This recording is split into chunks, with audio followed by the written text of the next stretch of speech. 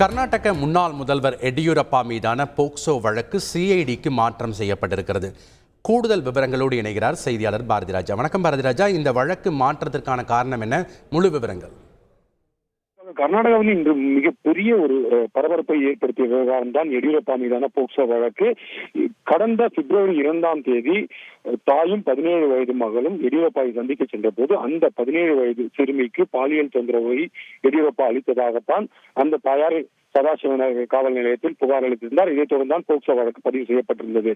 இது ஒரு புறம் இருக்க, இந்த குற்றச்சாட்டை முற்றிலுமாக மறுத்திருக்கிறார் முன்னாள் முதல்வர் எடியூரப்பா. இதனிடையே இந்த வழக்கை சிஐடிக்கு மாற்ற முடிவு செய்யப்பட்டிருக்கிறது. இதற்கு முக்கியமான காரணம், யார் எடியூரப்பா மீது புகார் அளித்திருக்கிறாரோ அதே நபர் இதற்கு முன்பு சுமார் 52 பேர் மீது இதே போன்ற புகாரை அளித்திருக்கிறார். இது கடந்த 3 ஆண்டுகளில் மட்டும் பதிவான வழக்குகள். இதன் மீதும் நடவடிக்கை எடுக்கவில்லை என்றுதான் எடியூரப்பாவை சந்திக்க சென்றதாக அந்த பெண்மணி குறிப்பிட்டிருந்தார் எடியூரப்பாவுடன் பேசும் அந்த வீடியோவில்.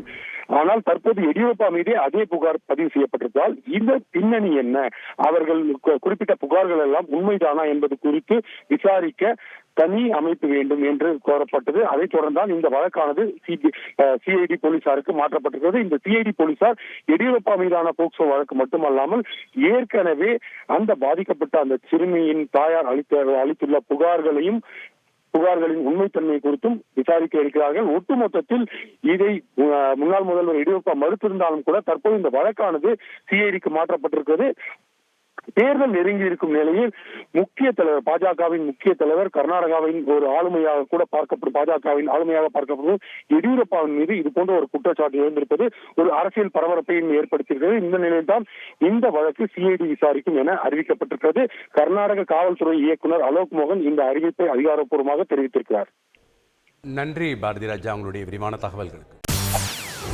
செய்திகளை உடனுக்குடன் தெரிந்து கொள்ள உடனே சப்ஸ்கிரைப் பண்ணுங்க.